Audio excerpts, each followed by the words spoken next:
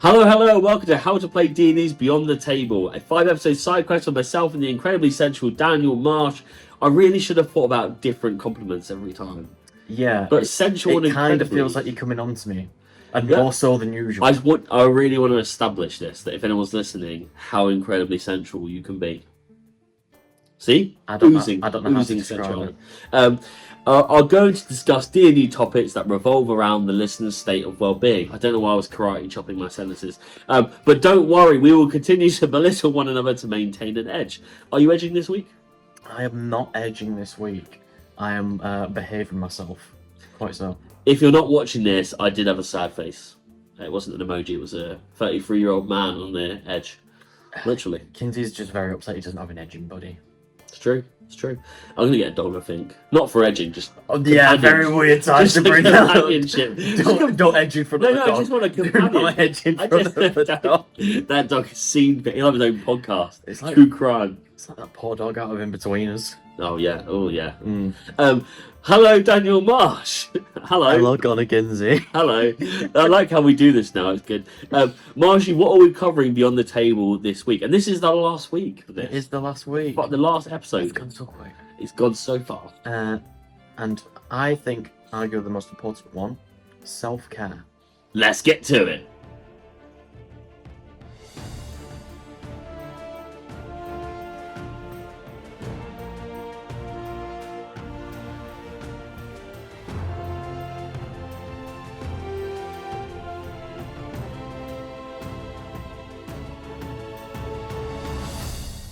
Okay, so this week's topic Beyond the Table is self-care. Probably the biggest topic in this mini-series because we do so little of it in our daily lives. And we actually came up with this series because we were sharing back and forth kind of stories about how little self-care or how it could be better for people. We were like, we should do a series on all of this. And then it was way harder to think of the other topics. When kind of can be solved in self-care, I think. So yeah, when was the last time you ran yourself a bath, finished that diary entry that says, Papa, I miss you, or just had that lazy day sitting on the sofa and watching the next episode of every show on someone else's Netflix account, or just having a big old wank? That's not written down there. I'm adding it because I think these were too safe for the podcast, to be honest. So I'm getting a dog, all right? This is the only way you can get real responses out of me, by adding shit like that, not in the fucking script. I'm not scripting this. This is for you. This is for me. Yeah. And if hey, your secret wank is just for me. If you're not edging at all, then you're edging against me. You filthy pervert. So I've actually bullet pointed these because we've got some bits for this. Mm-hmm.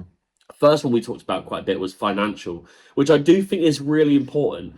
And I'll start us off because financially, D&D is expensive. Because it's free. D&D is free. It's all theatre of the mind. All you arguably need is a set of dice, which are quite cheap. You can get a set of dice for like £4 or £5 in places. Or borrow most pounds on blackmarkclow.com. Yes, I like that you're constantly advertising everything I do, and I'm trying to. I am a good friend. Good friend. What you want from me. Good boy. That's the dog. This dog's name's gonna be Good Boy. When I don't edge in front of him. Yeah. So completely free. Most people turn up at tables when they start without dice because they want to know if they like it first. Someone usually gives them a set of dice just to borrow to play, or gives them a set of dice. I do that. It's cheap. It's like £6, you know. Yeah. Other than that, pen and pencil or paper. Pen and pencil. Yes. Oh, my love. Not much, but it is a slippery slope. If anyone's listening to this who knows D&D, to the point of bleeding D6. I don't know what it is. Con saves. I've got nothing for this. Got anything to add for that? How much someone can love D&D? Oh, way too much. I mean, just look at us. This is how we're spending our weekends. Yeah, fucking losers. Absolute fucking losers. You can see behind us how bright the sun is desperately shining, trying to get into this room, and here we are. I love D&D so much that, my friend, we are going to tan from that bit of light there. Because real D&D players don't go outside. But that is too much light for me now. Too much light. That's a concept. That's why we're wearing hats indoors. I'm so into D&D that my only wet dreams are Strahd. And if you don't know what that is, then this is the podcast for you because you're a learner. Right. When I go to a shop, I only talk like the person behind the counter is Volo. You know, that kind of like Oh, Florence. like an untrusted narrator. 100%. Yeah, yeah. See, you'll learn all this. Actually, the more you listen to the podcast, you'll know who these people are over time. So And at that give the other point, episodes a listen and then come back. We'll wait. yeah, we'll wait.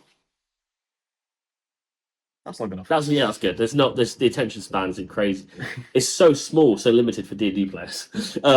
Right. So financially, can be a very free game. That's also arguably what brings people to the table. That is so accessible. Oh yeah. I mean, it's an incredibly accessible game in every sense. But very quickly, you go, it is free, but I would love something that's personal to me. I want personal dice. I want personal miniatures. I want the books for myself. I want to spend £250 on Etsy. On dice. And do you know what? It's the best thing I've ever done 3 times. And because Fighting Chance Studio on Etsy and Instagram is 100% the greatest dice maker of all time. If you like ceramic dice, I'm saying if because I have many dice maker friends who are also fantastic people who make fantastic dice. I just like ceramic dice because they go click clack. And I'm not autistic. Not at all. Not at all. Click clack like trains. Like train tracks. Not autistic. Not autistic. I'm the Pokemon autistic, not the train autistic. So more on you. I'm the D&D autistic, not the train autistic. Perfect. That's why I'm shit at D&D. So financially can be very expensive. Going back to beyond, we've just ranted for 6 minutes. Beyond the table side of it, if you're not at the table, all your money can quite quickly go on D&D. Is that self-care when it's all the time? Or is it no? It is detrimental to oneself. I mean, I've been like at the top of that slippery slope, and I've pulled myself away from the edge, not that edge. And sad face for anyone listening and not looking at the video. I'm hunched. Kinsey's very upset. No, so I've had before like an Etsy basket or on different platforms a basket of like set of dice, personalized journal where they'd print my name on the front or my character's name with the character sheet printed into the first few pages, and then the rest is for like session notes. Right. Stuff like that where it's very easy to go, oh, that'd be nice to have, that'd be nice to have, these dice look nice. Yeah. Oh, but maybe I want a backup set in case I need to put some in dice jail. Oh, you know what'd be fun? 3D printed dice jail to put my dice in. And before you know it, all these things that you've, well, depends if you can afford it or not. Big enough dice jail. If you end up in so much debt, you might get sent to prison for D&D. Isn't it funny that if you spend all your money, you could go to prison? Yeah. But you have to work for that. Such as capitalism. Yeah. Mad, isn't it? Anyway, sorry, go on. Anyway, I managed to delete most of that and only spend, half of my monthly wage on several boxes of dice. It's not self-care whatsoever. I think no, it's purely what's it called? Self-indulgence, and you've got most people who are playing we talk about this all the time. It's like a bit of escapism. You've got to remember when you get to that table and you've got all that stuff. Say you bought all that, everyone around you hasn't got that stuff, and you quite quickly, or if they do, you've not got much table space whatsoever to and actually quite play quickly, the game. I didn't need this. I actually didn't need. I could have just done this on a piece of paper, or I'm rolling any dice, so it doesn't matter. Actually, I need more dice than this because it's like 68, and I've only got 3 ceramic dice, so I actually still need to use all the other ones. Do you know what I mean? So it's there's like with anything, it's like really working out what's financially viable. Don't overstep the marker, and it's so easy to do it with D&D because it's free. It feels like you can stop at any time because you don't need any of it, and then you end up buying it. Yeah, because the floor for playing D&D is so high because it's free. You can just step on and start, and that ceiling is just infinite. You can spend literally so much money because there's infinite variations of dice designs, so many different. I mean, the source books, they're not cheap.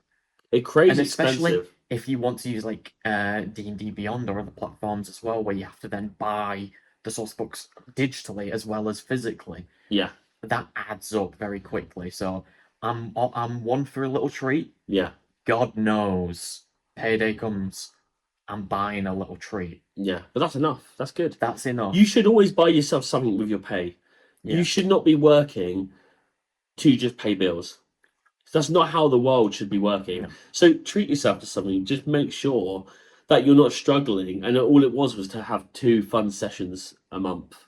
Exactly. It's not where your money should be going. It's like, oh, what's the gambling motto? When the fun stops, stop. Yeah, Yeah. If you're spending too much on dice and D&D accoutrement, yeah. stop yourself. Think, do I need to be spending this money, or would I be better off just putting that basket to the side and enjoying my time with my friends? I know a lot of people that do this where if they're like lifelong D&D players and they play in the same group for years, they when a new book comes out, they'll all put money and get the same book. They get the book together, or Oh, you know, that's cute. the DM who's the forever DM will go, look, for this next campaign I'm running, we're going to need all these miniatures, and people put the money together, and it's their miniatures they're being used, right? They're being used for their campaign, so they do it that way round, and I think that's a way better way of doing it. Oh yeah. The only thing with that is I didn't like doing it. I spent loads of money on miniatures for my campaign, but I did it way in advance of getting the people involved, and I kind of want them to be surprised by them, like So I do get both sides, but if if really is just a reason to get together, there's no reason you can't spend the money together as well and just get what's physically viable to work for your Oh yeah. sessions. Do you know what I D&D mean? communism. 100%. I mean that's should how it should all be. No one should be monetizing it. Unfortunately, the D&D crew love to do that. What are they doing? Space seems a bit of a vague term, but space away from the table. I think it's a double-edged sword here because Mm. you haven't played for ages. I haven't, and it has been driving me up the wall. But you've Yeah. also had horror stories of playing too much. Yes, I at one point I was running a session 5 days a week for like 6 months on a West Marches server. That means So I'm much. yeah, and some of those are the same sessions. So I'm running the same, and bear in mind it's free. Like this is like you're basically doing work hours for free, and I am 100% against anyone paying for D&D in the sense of coming to a table and paying for it because it's the one place you can just have fun, let loose, and not think about that someone's trying to rip you off with money at every point in your life, which they do. I'm proper stick it to the man kind of material, but like I was essentially working a second job. Oh yeah. And at that point, you go, I don't need these people to pay me, but I need the government to fucking pay me because someone needs. I'm literally working more hours in this than that, and so that's obvious, right? I'm never going to charge those people to play, so I definitely need to step back and not do that many hours and enjoy it rather than see it as work. So there's got to be a middle ground and find it, and don't feel like because you've been doing it for too long, you can't step away and go, look, this is insane. I don't even have a life outside of this. But then also, not playing at all, don't feel like you then can't get involved and join groups and find new people or, like it's hard to get sessions together when people have got busy lives. So that it doesn't mean that you're now out of the circle. That's not how it works. I mean, this is something that my group's run into trouble with. Yeah. Because my party are mostly students. Yes. So obviously it's been summer months. It's seasonal. They've all been at home picking up more work while they're not in class, which has meant our schedules have not aligned. I think since uni stopped, we've had one session, and it's about to start back up in like a few weeks. Yeah. With any luck, because we unfortunately had to cancel the last session a few weeks back, like literally an hour before we were due to start, which is even worse. Which drove me mental. But fingers crossed, knock on wood. This Wednesday I've got a session, and that is part 3 of 4 for the finale. And anyone listening, I've probably been talking about this bloody finale for God knows how long. But yeah, I've put off joining other campaigns and running one shots because I've been thinking it'll probably only be another 2 weeks. It'll probably only be another 2 weeks till we can sort something out. And then it's been months. So don't be afraid to take some time away. Don't be afraid to give yourself don't be so fearful that you put too much space away from the table. Because you feel like you're dedicated to this one specific campaign or group. And also don't take everything away, even if you're not playing, or if you are playing regularly, don't take everything away from the table and always be thinking about it. I fell into Yeah. this trap before where I was planning sessions months in advance at work. And Don't tell my boss. as a DM as well, no one is gonna, unless they're a shit DM. Right, so this is a bad thing. A good DM, if you're a good DM, you're gonna be thinking about your campaign more than your players. Like, and if you're a shit DM, somehow the players will be thinking of your campaign more than you. Because obviously the players are really excited. That shows that it's really good and they can't stop thinking about it. But for them to be that excited about it, you must have been doing a good job. So you must have been thinking about it quite a lot. But there's a grey area there where you've got to think about, right, I do need to actually step back now and make sure I've got this time for my family or for my friends, or I'm going to sit there and do nothing on this day because work's a lot. Yeah. Like you were saying, you're doing it in work and you can't get enough of it. And then you'll get to the table and an hour before it gets cancelled. That's way more heartbreaking than just it working every 2 weeks. And you just put some time aside each week to just write your session, and then next week you play it, or however you do it. That is way better for your mental health than to be disappointed. 100%. Because as fun as the game can be, and as fun as it definitely is, don't let it consume you. Yeah, Because it will fully take over your time if you let it. And I mean, we're people at the end of the day. We have jobs, we have families, we have friends, we have responsibilities. Dedicate time to those things first. yeah, 100%. Then come to the game. The game always comes second. Yeah, 100%. This goes into the last bullet point of reevaluation. So actually taking that time out to think about what is stressful in life, because it can be a number of things that affect going to each other. You could be having the best time at D&D but not enjoying it, and you're trying to work out why, and it might be work or so it's going on at home, but it could be the other way around as well. Don't forget, as we talked in our previous episodes about community and whatnot, is that these people are like your bubble. It's not like it's a cult, but they're more like the reason why everyone gets on so well is because you found people like you. That is a very niche place to find people that are really into all these things that you are, and so it's quite easy to get like kind of consumed by that. And um yes, but giving people time and like realizing that you might be friends outside, but that means if you're seeing each other outside, you're seeing each other at home, you're seeing each other at work, then you're seeing each other at D&D. That is a hell of a lot of stuff. So take the time out to reevaluate, like how many times a month can I commit myself to this? How much is too much time planning a session? How much is too much time as a player am I giving to a DM outside a session, constant back and forth, and then the player almost expecting to be absorbed by it as much as the DM is really excited about their campaign. That is way more common than a player being too much for a DM. The DM assuming because it's their baby, it's everyone's baby. 100%. Another thing to evaluate, I think, and this is from a horror story I was told by a friend of mine who's just moved into the city.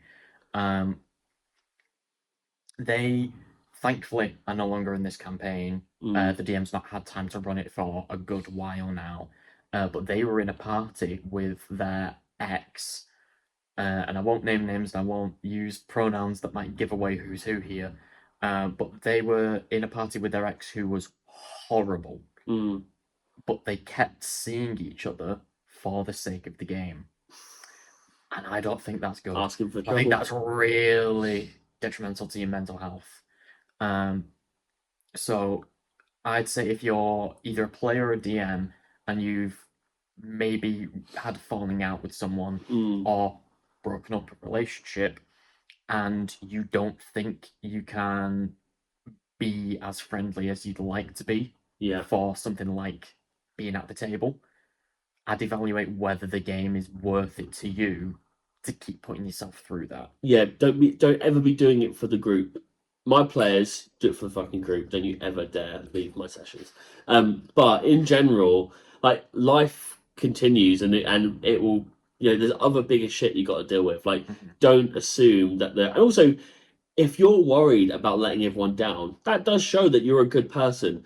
But also, if that's your bubble, they're probably good people too, and are probably more concerned that you're struggling with the situation you're in, and they'll almost be like, I don't know the word for it, but the fact that if they found out you were worried or panicked or anxious about leaving because you're upset them, Yeah. they're probably going to actually feel bad because you've cared so much.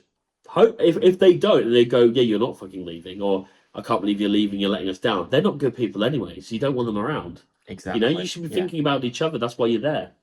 You know, I'm trying to think about other things of reevaluation. We talked about the financial side of it, the space of it, and relationships. I tell you a good one about. I know we actually had an episode of relationships, but I saw something the other day on a Facebook group, and it was anonymous, but that person You spoke to Anonymous? I know, yeah, all That's of them, so lucky. all at once. They surrounded me. I thought it was I hope not while you're edging. no, always edging. That's the problem. I thought it was a flash mob, but it was just a TikTok dance routine, which did happen once, and I was just John Travolta around, confused that all these people were like sync dancing in front of me out of nowhere. Yeah, so basically, this person had posted in a group that someone in their group had passed, and they didn't know how to continue. When was the right time as the DM to message them and go, when do you want to continue playing? And it Yeah. wasn't in any way inconsiderate. It had been literally months. And if anything, in their post, they were talking about how they actually want to continue in honor of this person and really kind of flesh out the world that this character had passed, and this would continue and it'd be kind of like immortalized in some. So they were really thinking about to show how much they cared about the person who had passed, and there was is the internet, so you think it's going to be like a pack of wolves just absolutely tearing this person. And actually, the D&D community came together, and it was a genuine conversation. That they were all loving, so sincere, and giving new ideas as to even if that session didn't work at the table anymore and people weren't up for it, how they could immortalize that guy out of the session with those group of people. Maybe instead of playing D&D because it's too much pain, Yeah. that they go bowling every month, or they have a Zoom call and they just talk about stuff. And it wasn't like suicide or anything like this. It was just a natural aging thing. So there was nothing kind of dark behind it or Yeah. temperamental. And it was just like, how do you honor this person? And he clearly cared about just keeping this group together. It was clear from his conversation about saying it that he just didn't want to lose any more people. And so, yeah, reevaluating, thinking about that. If this isn't the group for you, if it's too expensive to get to sessions, if it's you can't pay to be at a table, or works too much right now, reevaluate what is really key so you're not stressed, because that is the most important thing, and you want that on everyone else at the table too if you're a good person. And I think it's having these conversations that are really important, rather than building up and just having the worst time of your life and it just breaks in some way. I'm really glad that people came to their age with that one. It was honestly That's a nice moment of the internet actually being what it's meant to be. Yeah, I had no idea when I read that. I wasn't like, oh, this is going to be great. I literally was like, I actually wonder what I would do if, like, how do I go about that? Because you're going to have people who've got opinions on the fact you've continued. You can't, everyone's got an opinion, but it was just hundreds of people giving ways to honor the person. And I think that's really sweet. It was clear from that message that that DM had really sat down and was like, when's the right time, or how do we continue the friendship over the session?